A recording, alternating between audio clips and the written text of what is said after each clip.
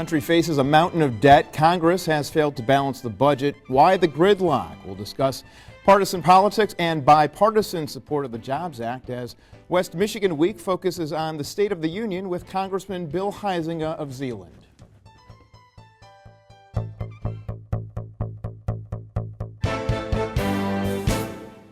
Thank you for joining us on West Michigan Week. On the panel, Carol Valade, Grand Rapids Business Journal. Thanks for making it in. You bet. All right, and we have Dave Murray from MLive Media Group. I finally got it right, my friend. Thanks for stopping by. Thank you for inviting me. And we have U.S. Congressman Bill Huizenga of Zeeland. Thanks for coming in. Good to be here with you. Wow, so much to taltalk about. You are living... It's been too long. It has way too much going on. You are living some interesting times in Washington, D.C. Yeah. I think that's an ancient blessing and a curse, right? It's, you took this upon yourself. Yeah. Civil servant in Washington, D.C. What's taking place there right now? There's so much going on. We can talk about health care reform. We can talk about the budget. If you had to bullet point your list, your to-do list, what is it? Yeah. Well, first and foremost, we've got to get through the budgeting process and that appropriations process. At the end of the day, we've got some things that we have to do as a government. We have to get some of these things operating and functioning. And I'm a social and fiscal conservative, but I also understand that some of these core these core requirements, both constitutionally and what sort of we expect as a society, have to happen. So we've got to get going on those. Very disappointed that that it seems that again we're seeing the Senate sort of stiff arm the whole budget process and make the argument, oh well, we don't need one. We've did this when we dealt with the debt ceiling increase and all these other things. And I just think that's an abdication of responsibility, frankly. And whether you like what we did or haven't liked what we've done with the quote-unquote Paul Ryan budget, we're at least setting out the goals and objectives and the priorities of the House of Representatives. The President did. I give him kudos. He got his plan got 31 votes in the House of Representatives. So it wasn't exactly warmly embraced by either side of the aisle, but it's time the Senate step up. So, based on what you've just said, though, you don't see that opportunity. You think that they'll continue to be gridlock as we go through the rest of this fiscal year? Well, gridlock would imply, I think, that at the end of the day you don't have a product. We will have a product. I think that process, getting to that end product, because we're not going to shut government down, it will be harder than what it would need to be. And I mean, this is schoolhouse rock stuff, right? The House passes a bill, the Senate passes a bill, and you come together and figure out those areas where you disagree. And that's really what we should be doing. Well, the impression of people I've talked to from various areas of the country they all go back to that day in August on the debt ceiling and the bump in the bond ratings or the credit ratings. So it surprises me, I guess, that there's some long-term memory here going into the fall and into those final negotiations, and whether that actually makes any difference in your workplace. That sort of impression people have that they don't trust Congress. I think people at whether it's a local level, state level, or federal level, they are. Trust anybody they're. I mean, well, and here's the other thing. If you look back at the history books, this isn't the first time that we've had these types of challenges before us. I'm not sure we've ever had a time where Congress has been universally loved. There are certainly times, and you'll probably get to it. There's certainly times where we've had higher. Sure, Go. Popularity not good here. Put that graphic up. My guess is I'm somewhere above the 6% that you're citing.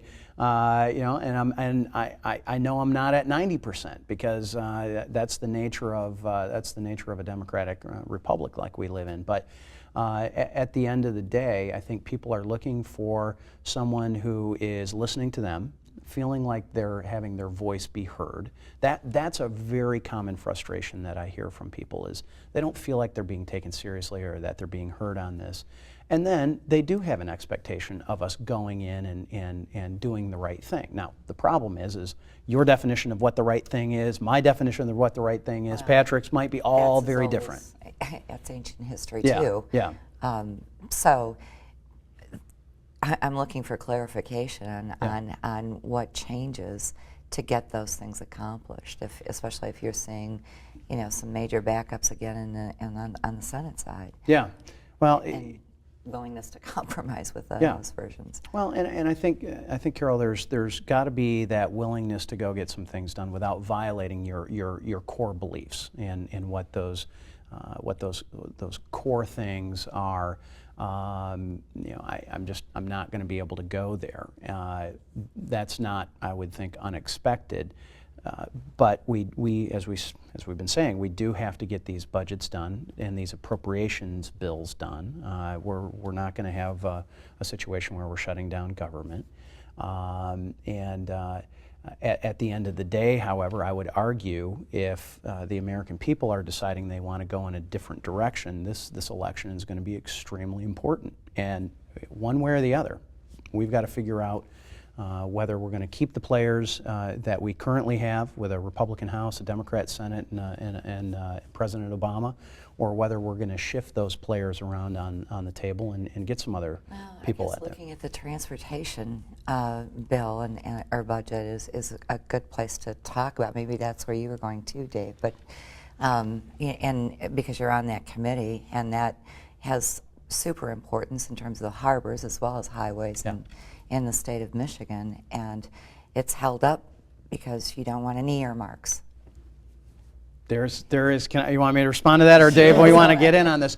I think this is one of those things, and we were starting to talk about it a little bit, kind of leading into the show. This is one of those generational divide things as well, and what I mean by that is you have different expectations. You've got 89 freshmen that came in. As a whole, we're kind of looking at this saying, you know what, the system hasn't been working. Last time they passed a highway transportation bill, there were 6,700 earmarks, specific earmarks that were in there. All right, and that was good things like making sure that the harbors along here in the Great Lakes were dredged, but it was also dumb stuff like Bridge to Nowhere and the Beehive Museum down in Ohio, and some of these other things that you just go, where'd that get in there? Yeah, where'd this come from, right? It has nothing to do with transportation. So there are people in my own party that would argue, let's just get the earmarks back in. This thing would have gone through, 2 months ago if we could just be able to hand out a little bit of the pork. And it's a new day. This is I think a good thing for us to be doing. For me personally, the holdup isn't whether I'm going to get an off-ramp or a bridge built.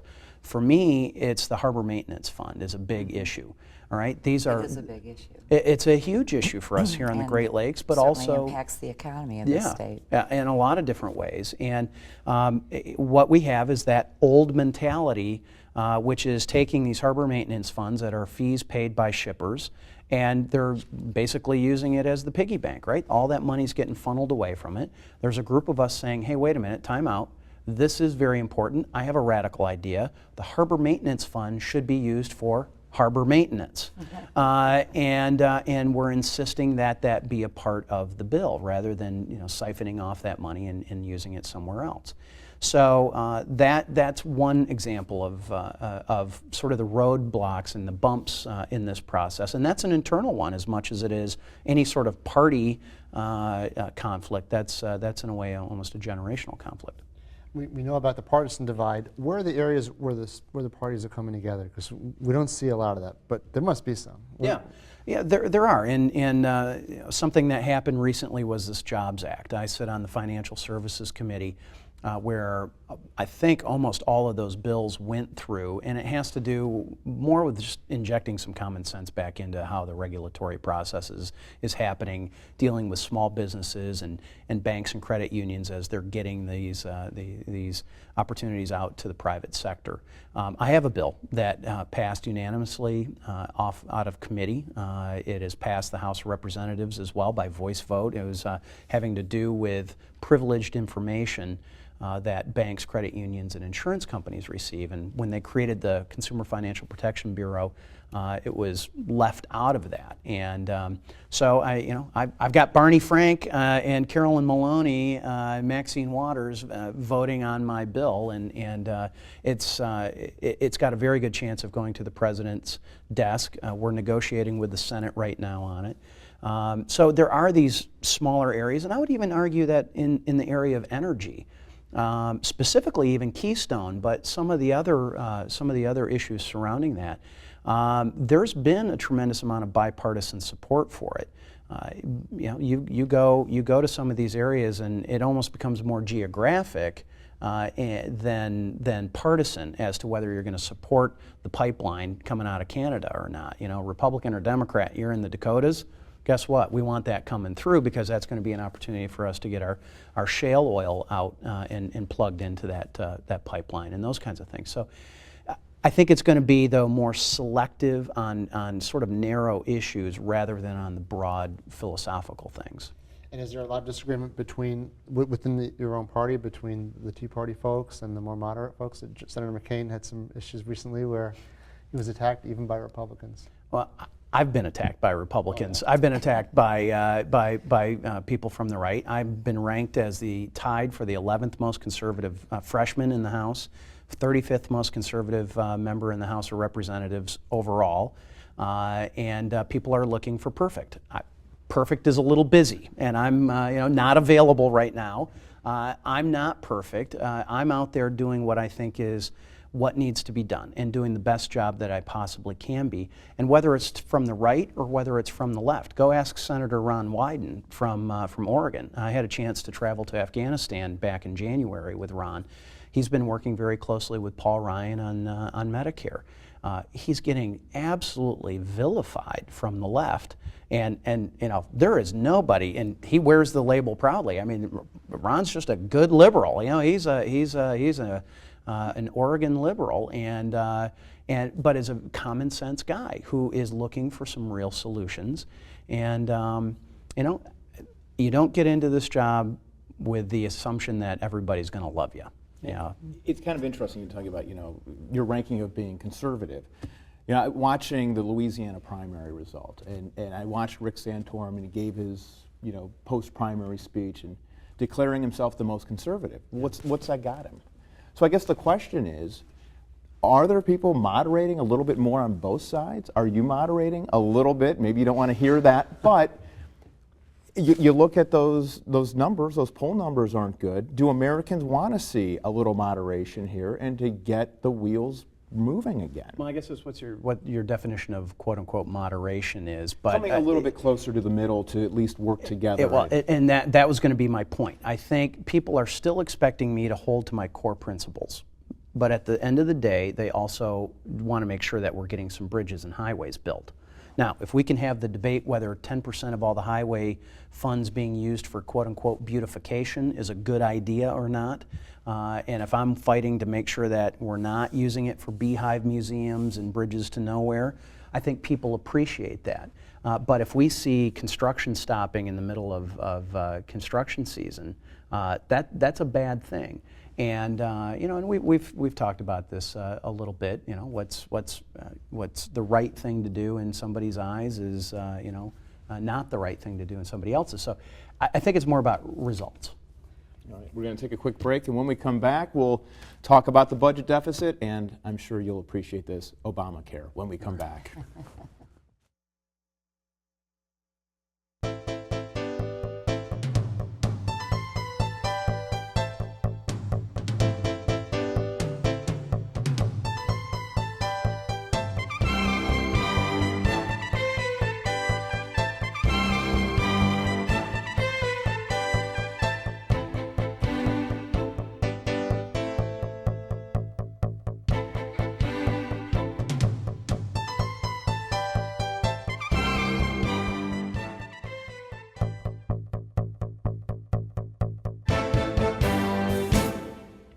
Back on West Michigan Week with Congressman Bill Huizenga of Zeeland. Thanks for coming back. My pleasure. For the second half, we thought. Yeah, that'd be good. You got enough. I didn't run. Yeah. Well, back to balancing the budget. This country has done it before. we've racked up some deficits.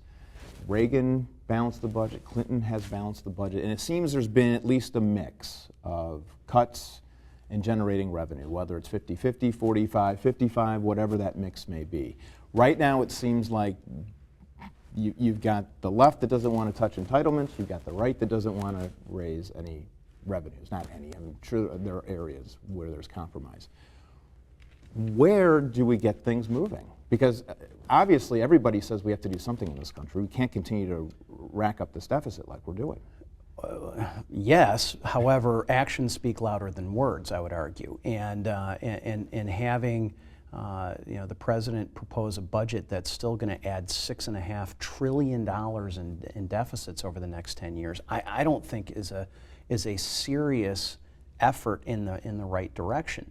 There isn't a single budget plan out there, including Ron Paul's or the Republican Study Committee budget, which I voted for both last year and this year, that doesn't have a glide path. Last year, the RSC budget was a 9-year glide path. This year, I think it was a 7-year glide path. Paul Ryan's is a 25-year. Now, he would argue that under CBO scoring, the static way that they score, it's actually much shorter than that. But there is going to be a period here where we are going to continue to add to that deficit. The question is at what rate? The other element that we know is going to come around at some point is interest rates. As I said, I sit on financial services. We have created an artificially low interest rate environment right now with quantitative easing and those kinds of things. The Fed has signaled that they're not going to be doing that again. If we return to the historic 90s, much less the historic 80s interest rates, Katie bar the door. I mean, the boat is going to get swamped because that 5th largest expenditure, interest on the debt, is going to quickly outpace defense spending, which is our 4th, and quickly eat into some of those others. And we're going to be paying $1 trillion a year in interest. We clearly cannot go in that direction. Do you think there have been some lessons learned in watching Europe and what's happening with Spain and Greece? And I would hope so, Carol. I mean, I sit on the subcommittee, which is International Monetary Policy and Trade. So I watch this stuff very closely. And you look at the interest rates that we're paying on a 10-year bond, much less what then Germany is doing, and then in Italy and Greece. Greece is in the 20s% that they're paying on a 10-year bond. We're at 2. Germany and France are somewhere around 4.5, 5, and Italy's a little north of that. So, if you look at what they're going through, I really hope that we are learning some lessons. But again, actions speak louder than words. Well, if there are impacts, do those not concern you as well? If there aren't, if there's no remedy to, it appears to be abated right now. There's some compromise and discussion where things are moving again. But if that's not resolved, that looks like a tidal wave coming for the U.S. shore, and certainly has additional impacts. How worried are you about that? I am definitely worried, and I think this is where Paul Ryan is absolutely right. I mean, this is a crisis that we see. This is a crisis that can be averted, and it's one that we know is coming. That means we need to make some very difficult decisions now, and he's a guy who comes from basically a 50-50 district, all right? And his argument is go talk to your constituents like they're adults. They appreciate it and they want that, and they're willing to have you make some of these tough decisions as long as they understand and know why you're doing it. And that's probably the failure of the Republicans, is not to go out there and explain it well enough. Classic, ask us the time, we'll tell you how to build the watch, we'll tell you the history of the watch, all those things. But we've got to do a better job of getting that message out. But I'm very concerned about what that looks like. The president's talked a lot about closing that gap by raising taxes on the most wealthy people. Mm-hmm. Will that generate enough to even put a dent in that debt? $47 billion over 10 years. Right? $47 billion is rounding errors, frankly, especially when you look at the $6.5 trillion that we're going to add to the deficit over that same period of time. If he's looking for a statement, about fairness and all these other things, I have some other directions and solutions what I'd rather see. give me a flat tax and start cutting through this layer cake of loopholes and tax credits and all this other Bring stuff. Forbes back for president. Maybe for treasurer. How about that? We'll take him for OMB director or something. But we have to have a fairer, flatter tax system that makes sure that we are collecting the things, those revenues that we need, but not overburdening the economy. Because we know if there's anything that is going to really exacerbate the problem is a stalled out economy, and that's part of what Europe is going through right now. The growth rates that they're seeing are just, again, almost rounding errors. I mean, they're bumping along the bottom of the ocean here, and we've got to come up. And how we do that, and how we, I think, really attack some of that deficit in the long run as well, is by growing our way out of that. So how do you do that? How do you create the atmosphere for private sector job growth? Because prosperity is created by the private sector, not the public sector. I'm glad to hear you say that, create the atmosphere for prosperity rather than the typical, we have to create jobs. And so had you said that, I would ask you how the government is going to create jobs. Well, we can create a job, but how is that job created? That means someone's getting a paycheck, but they have to take it from your publications and from my little gravel company and all these other places, whether it's GM or whether it's Huizenga Gravel. They've got to go take those tax revenues. Wrong direction. Yeah, exactly. It is the wrong direction. And what we need to do is create the opportunities for little places that I visited today, Agritech in Holland, who are having to go out and compete on a world economy and in a world marketplace, and they're doing it better, faster, and cheaper. And how they're doing it is through automation. They're doing it by making sure that we're holding their regulatory environment in check. We're giving them an opportunity to go and be prosperous and to create some of that prosperity and to give people jobs. And I'd rather see Agritech at 80 employees than 0 employees, and we've got to make sure that they're given that opportunity. Well, then we could talk about the difference between GE's tax rates and offshore, and what that whole plan that's a it does perfect for the example. sort of balance there. But I don't see why we would pick the rather large, whether it's 2 letters or multiple letters, companies that are out there. I did that because we're almost out of time. Yeah, You know, 4 minutes, we're good. but there is this, like I said, there's this layer cake of tax credits and loopholes and all this other stuff that's there, and I want to have a fair tax system. And I guess, I go back to Simpson-Bowles. You can look at the super committee. We've had a few opportunities to get this thing right. I just don't understand what's the holdup here. Is it the entitlement issue? Is it defense? Is it there's not really enough to cut from out of the small piece of the pie? Well, yeah, I mean, Patrick, that is a huge part of it. We can go in and literally wipe out the entire Department of Defense, right? Department of Defense does not exist, not a plane flying, not a ship floating, not a soldier in uniform. It is half of what our overspending for the year is. All right, I mean, that's stunning. Then you add on what's going to be happening with Medicare, Medicaid, and Social Security. That is really the long-term driver that we have to get at, and we have to do some real hard looking at this. That's a whole other program, I think. But No, but that's part of this debate. I guess my question is, how do we get at this? You've got the Grover Norquist issue. Did you sign off on? You did. Okay. Yep. So I mean, there's part of the negotiating tool that's taken out of the toolbox, right? Well, and here's why. For me, Patrick, and this was the exact same thing at the state level. The argument, we had this exact argument in Lansing while I was there. I didn't vote for a single tax increase in Michigan. Right? I voted to reorder it. And thankfully, it was a very flawed product, and thankfully Michigan has gone back and redone that. But I think we need to reorder our tax structure again. And until we can demonstrate that we can actually deal with what we currently have coming in, I don't want to give this broken system more fodder. And I don't want to give them more money than what they currently have to do the stuff that we're doing, because we're not doing it very well as it is. And we are running out of time. I did mention Obamacare. So, of course, the Supreme Court reviewing this now. I would imagine you enjoyed those 3 days of C-SPAN coverage. It was well, fascinating. Actually, C-SPAN wasn't there, but yeah, we had. I got to 3 walk days of past it. It was. That was I bet that was interesting. quite interesting and unique. Your thoughts? You look at the constitutionality of this. I have a sense I know what you'll say here, but from what you've listened to, does this get repealed? Does all of it get repealed? Does some of it stay? Yeah. What happens? No, I'm not one of those nine sitting. Yeah, not one of those nine sitting at the table. But I think that might be an indication of why the president came out the way he did. I mean, seriously? Okay, so the Constitution can't be reviewed by the Supreme Court. You know, the will of the people has to stand. That's not what the Supreme Court is about. So it might be why he was coming out as vociferously as he was. But I think it gets repealed.